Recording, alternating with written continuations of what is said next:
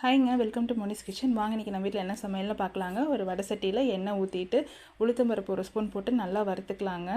வறுத்ததுக்கு அப்புறமேட்டுக்கு ஒரு கைப்பிடி சின்ன வெங்காயமும் 4 பல்லு பூண்டு ஆட் பண்ணிக்கலாங்க. அப்புறம் அரை பெரிய வெங்காயம் இது எல்லாத்தையும் போட்டு நல்லா வணக்கிக்கலாங்க. வணக்கினதுக்கு அப்புறமேட்டுக்கு தக்காளி வந்து குட்டி குட்டியாக இருந்தனால 3 தக்காளி ஆட் பண்ணியிருக்கேன். நீங்கள் பெருசாக இருந்தால் ரெண்டோட நிறுத்திக்கலாம். அதுக்கப்புறம் ஒரு கைப்பிடி கருவேப்பிலையும் போட்டு நல்லா வந்து வணக்கிக்கலாங்க. நம்ம இன்றைக்கி பண்ண போகிறது புதினா சட்னி. புதினா சட்னிக்கு எப்போவுமே இஞ்சி வந்து கொஞ்சம் சேர்த்து அரைச்சிங்கன்னா சூப்பராக இருக்குங்க மனம். இதுக்கப்புறம் காரத்துக்கு வந்து 4 பச்சை மிளகாவும் 2 வரமிளகாவும் ஆட் பண்ணியிருக்கேங்க.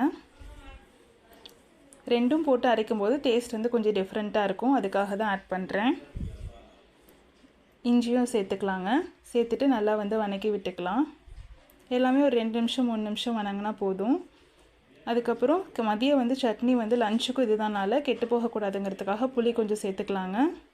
புளி சேர்த்துட்டு எல்லாத்தையும் மிக்ஸ் பண்ணி விட்டுட்டு அலசி வச்சுருக்க புதினா கீரையும் வந்து சேர்த்துக்கலாம். ஒரு டைம் புதினா கீரை வாங்கிட்டு அந்த கோலை தாங்க நட்டு வச்சேன். தென்னை மரத்துக்கடியில் தண்ணி தேங்கிட்டு இருக்கனால நல்லா படர்ந்துருச்சு. ஸோ வீக்லி ட்வைஸ் த்ரைஸ் அந்த மாதிரி புதினா சட்னி டின்னருக்கு பிரேக்ஃபாஸ்ட்டுக்குன்னு பண்ணி போங்க. புதினா போட்டு நல்லா வணக்கிட்டுங்க. லாஸ்ட்டாக வந்துட்டு சட்னிக்கு தேவையான கல்லுப்பும் பொட்டுக்கல்ல வந்து நல்லா ஒரு கைப்பிடி அளவுக்கு போட்டுக்கோங்க.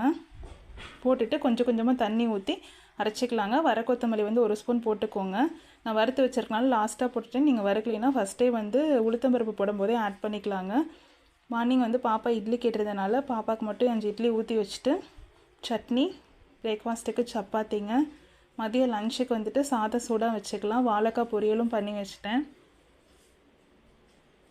வாழைக்காய் பொரியலும் ரெடி ஆயிடுச்சுங்க. தயிர் வந்து தயிர் வச்சுருக்கு.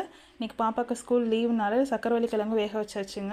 இதுதான் இன்றைக்கி நம்ம வீட்டில் பிரேக்ஃபாஸ்ட் அண்ட் லஞ்ச். உங்கள் வீட்டில் என்ன சமையல்னு கமெண்ட் பண்ணுங்கள். வீடியோஸ் பிடிச்சிருந்தா மோனிஸ் கிச்சனை சப்ஸ்கிரைப் பண்ணிக்கோ.